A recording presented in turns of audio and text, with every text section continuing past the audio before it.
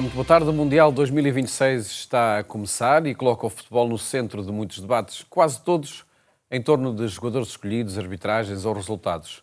Daqui a pouco, o ângulo que queremos escolher para falar de futebol é o dos valores que também estão em campo. Mas primeiro vamos destacar outros temas da atualidade, a começar pela semana do Papa Leão XIV. La pace sia con tutti voi. Pater et Filius et Spiritus Sanctus. Amen. Grazie a tutti voi.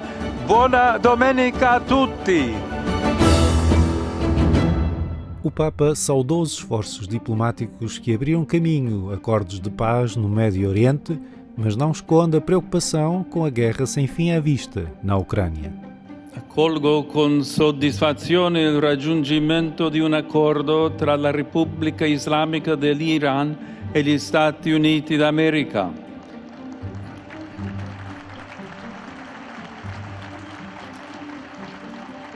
Che sarà firmato nella giornata di venerdì, quale incoraggiante risultato di un paziente lavoro di dialogo e di negoziazione. Esprimo gratitudine ai paesi che si sono impegnati per favorire l'incontro tra le parti e rendere possibile tale intesa. Auspico che questo accordo possa contribuire a rafforzare la fiducia reciproca, la sicurezza e la stabilità nel Medio Oriente, promuovendo percorsi di dialogo e di cooperazione tra i popoli. Arrivano invece notizie dolorose sulla guerra in Ucraina, che continua ad allargarsi. Tante vittime innocenti, soccorritori uccisi, chiese e luoghi del patrimonio culturale devastati dalle fiamme. Sono vicino a quanti piangono i propri cari, ai feriti e a coloro che in mezzo alla violenza continuano a servire la vita con coraggio. Invito tutti a pregare perché questa guerra finisca. Chiediamo al Signore di aprire vie di dialogo, di spegnere l'odio e di rendere possibile una pace giusta e duratura. De regresso ao Vaticano, Leão XIV quis recordar os principais momentos da sua visita de 7 dias à Espanha, com destaque para os encontros junto dos migrantes nas Ilhas Canárias. Los diferentes encuentros revelaron el deseo de escuchar el Evangelio y la inquietud por hacerlo vida en el mundo de hoy. La última etapa del viaje ha afianzado un aspecto muy importante. Estamos llamados a ser testigos de Cristo, compartiendo nuestra fe en nuestra cultura con los demás. Se nos invita a un diálogo entre las personas y los pueblos, en espíritu de fraternidad. Este camino no es fácil, requiere buena voluntad y la ayuda de Dios, pero es la senda que nos conduce a la civilización del amor. La pace sia con tutti voi. Pater et Filius et Spiritus Sanctus. Amen. Grazie a tutti voi. Buona domenica a tutti.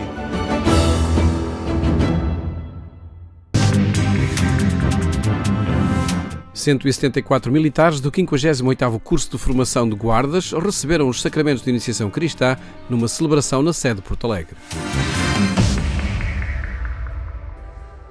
São guardas provisórios provenientes de todo o país e viveram na passada sexta-feira um momento de compromisso ao receberem os sacramentos de iniciação cristã. A sede de Porto Alegre recebeu familiares e amigos de 174 militares que estão a frequentar o 58º curso de formação de guardas naquela cidade e decidiram dar um importante passo no caminho espiritual. Eu não era uma pessoa particularmente religiosa. Eu, quando ingressei nas Forças Armadas, nós tínhamos uma prece que ensinaram-nos na altura e eu tive de decorar, só que aquilo ficou-me na cabeça. Eu, em momentos difíceis, citava a prece e acho que ficou ali o bichinho. Depois, quando ingressei no curso de formação de guardas, deram-nos a oportunidade de fazer o crisma e eu, com esse bichinho e curiosidade, fui frequentar o Crisma e, entretanto, percebi que é algo que eu me identifico.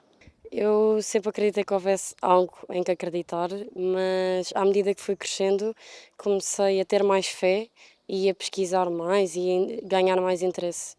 E é assim que entrei para a Guarda, tive a oportunidade de fazer o Crisma, claro que aproveitei. Esta celebração para mim foi espetacular, ou seja, derivado ao curso da GNR ser transformador e inovador para todos, com os valores que nos vão sendo incutidos, culturais, morais, éticos. A parte da fé também assume aqui um grande papel, porque inclusive os obstáculos e as barreiras que nos propõem, nós tendo aquele sentido de fé e o caminho certo para nos guiar, e com o bem-estar e camaradagem, empatia, tudo isso ultrapassa tudo e mais alguma coisa, e é isso que nos faz sentir de forma diferente. Além dos 157 crismas, a Eucaristia marcou o início da vida cristã para 17 jovens. Eu batizei-me hoje, o meu caminho na fé acabou de começar. Foi uma proposta que nos foi feita e eu acho que as coisas acontecem no momento que têm que acontecer, e acho que a minha jornada na fé, a minha fé, começa a descobri-la agora. A celebração foi presidida pelo Bispo das Forças Armadas e das Forças de Segurança, Dom Sérgio Diniz, e concelebrada pelo Bispo de Porto Alegre Castelo Branco, Dom Pedro Fernandes. Ambos não foram indiferentes à dimensão do momento no percurso de fé dos guardas provisórios. É uma diocese, eu diria, daquilo que o Papa Francisco chamava de fronteira, não é? De periferia. E muitas vezes chegam jovens que, enfim, nunca lhes falaram, nunca lhes propuseram Jesus Cristo, há sempre um capelão que os acolhe e há sempre uma proposta, um desafio, e fazem a sua preparação. Hoje é, sem dúvida, um dia de alegria, um dia de grande festa, porque esta diocese está a cumprir, digamos, aquilo que o Senhor Jesus pediu à sua Igreja: ide e ensinai todos os povos, batizando-os em nome do Pai, do Filho e do Espírito Santo. Parece-me que a Diocese de Porto Alegre Castelo Branco é realmente privilegiada por ter, neste caso em Porto Alegre, a maior escola de formação da GNR, portanto são à volta de 600, e hoje crismámos cerca de 160. É de facto uma situação privilegiada de encontro com duas dimensões que têm realmente muita afinidade. Por um lado, esta grande instituição tão importante, tão decisiva na realidade portuguesa, na realidade de Portugal, como é a GNR, ao serviço da segurança, ao serviço da paz, ao serviço da justiça, e por outro lado a Igreja, que evidentemente também está ao serviço da paz, da justiça, e que quer caminhar lado a lado com todos aqueles que se comprometem nesse mesmo sentido.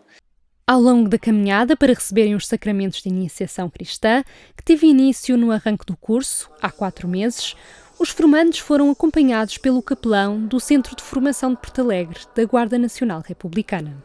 Há uma primeira abordagem a todos aqueles que vêm fazer formação, e depois eles, de uma forma voluntária, de uma forma muito livre, eles inscrevem-se, e depois temos os nossos encontros semanais. Procuramos um horário, claro que é um horário extra, horário escolar, portanto, ou é durante a hora de almoço, ou no final do dia. Neste curso foi precisamente ao final do dia, depois das 8 da noite, em que eles muitas vezes já cansados vinham e marcaram uma presença assídua, e havia muita alegria e muito interesse. Uma das notas deste acompanhamento foi precisamente a alegria destes jovens, a simplicidade deles, o querer ser uma mais-valia na missão que eles vão abraçar dentro de pouco tempo. Nós todas as semanas, era mais precisamente um dia por semana após o jantar, reuníamos com o Sr. Padre no capítulo do nosso quartel, onde íamos sempre aprendendo cada vez mais sobre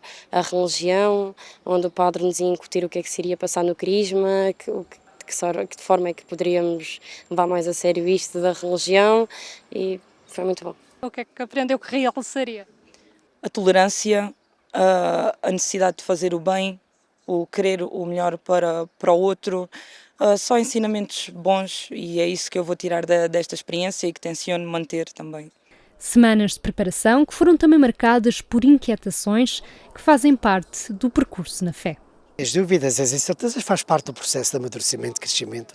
Há daquela pessoa que não tenha dúvidas, que tudo sabe, ou que tem muitas certezas, mas houve aqui um crescendo, houve aqui uma caminhada que foi sendo progressiva de entrega, de entusiasmo, de querer saber mais, de querer refletir, ser melhores pessoas. É isso que eu muitas vezes lhes dizia. Se queremos ser cidadãos militares com ética, com moral, nós temos que...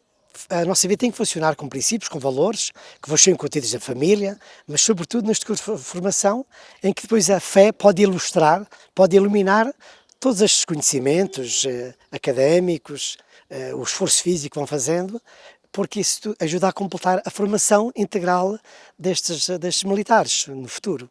Os futuros guardas da GNR acreditam que o compromisso que afirmaram com a Igreja vai impactar a forma como, dentro de poucos meses, vão assumir a missão para a qual se formaram.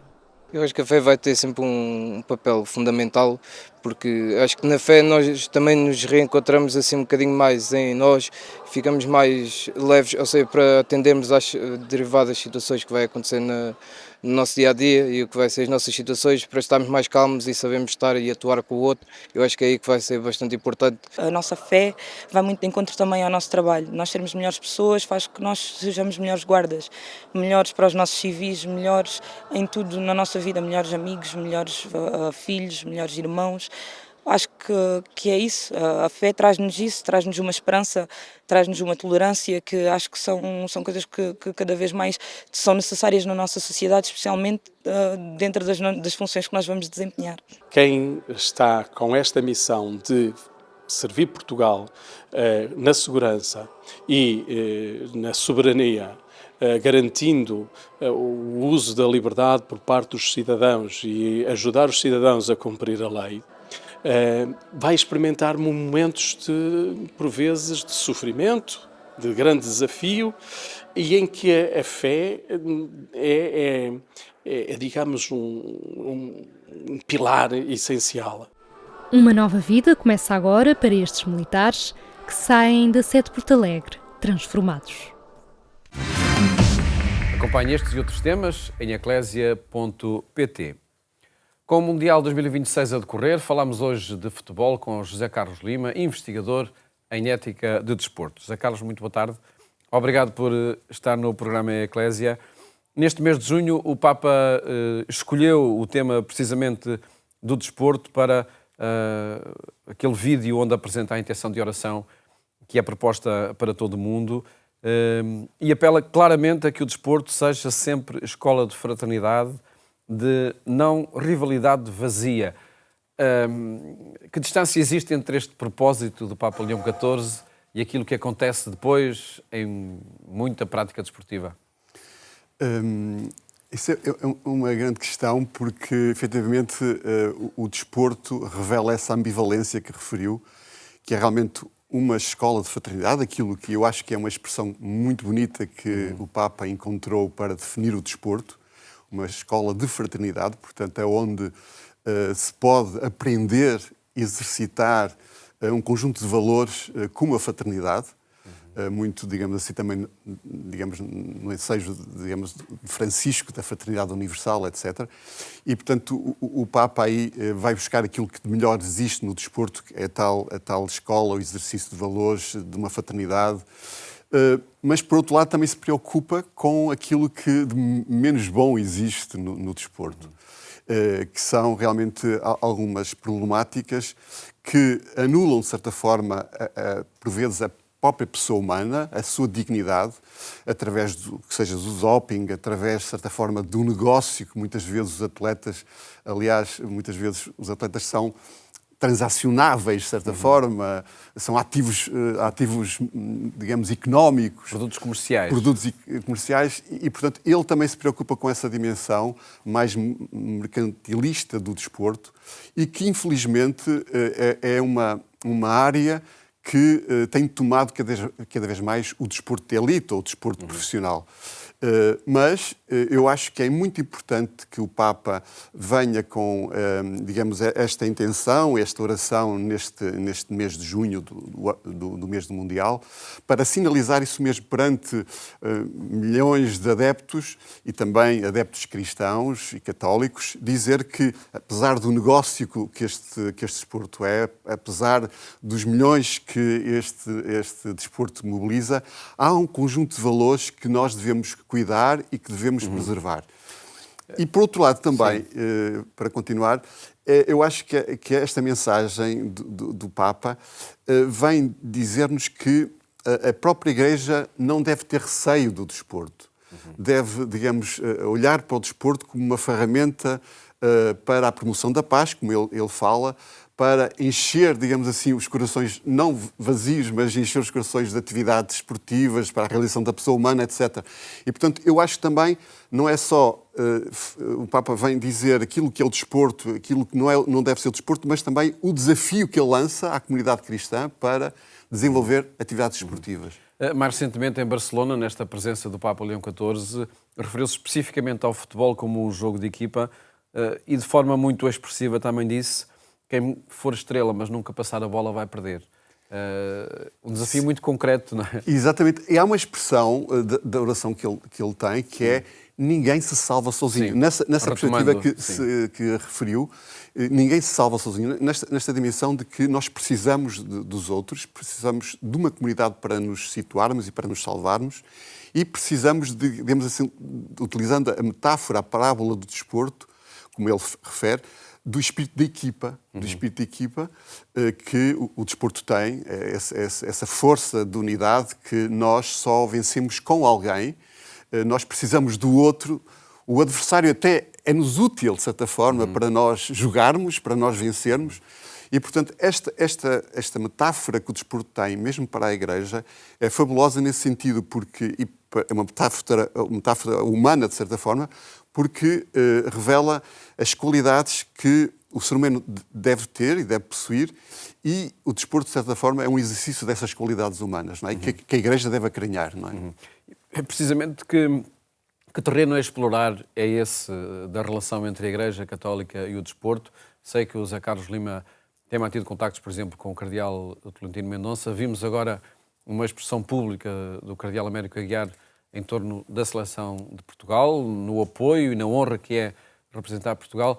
Há aqui dois mundos que se vão aproximando e que têm algo em comum que é necessário explorar. Sim, eu acho que sim. Digamos, ultimamente os últimos papas têm-se preocupado com esta questão do desporto, esta ponte, criar pontes entre o desporto e a Igreja, porque realmente sentem que esta atividade humana é uma atividade humana e, portanto, rica, cristã também nesse sentido, digamos, uma atividade que, de certa forma, promove o bem comum e, de certa forma, nesse sentido, a Igreja deve acarinhar.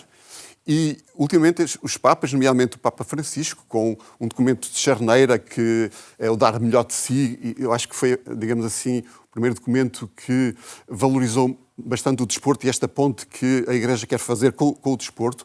E agora o Papa Leão XIV, nas várias, digamos assim,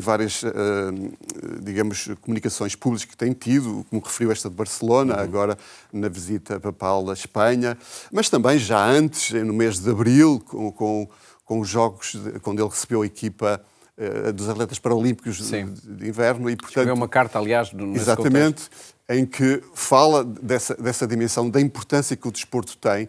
E, portanto, isto para dizer que a Igreja, do ponto de vista institucional, na minha perspectiva, referiu também o Dom Américo Aguiar com esta mensagem ao Presidente Pedro Proença, que, no fundo, revela o sentido da comunidade cristã, no sentido de dizer...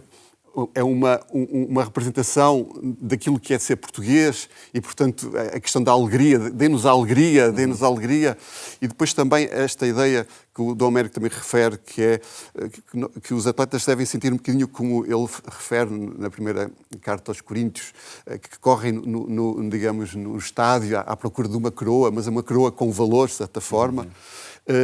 Portanto, eu acho que do ponto de vista institucional há cada vez mais essa aproximação entre a valorização de um desporto, digamos assim, mais mundano, se se pode dizer, entre a indústria do desporto, para, digamos, a aproximação da Igreja.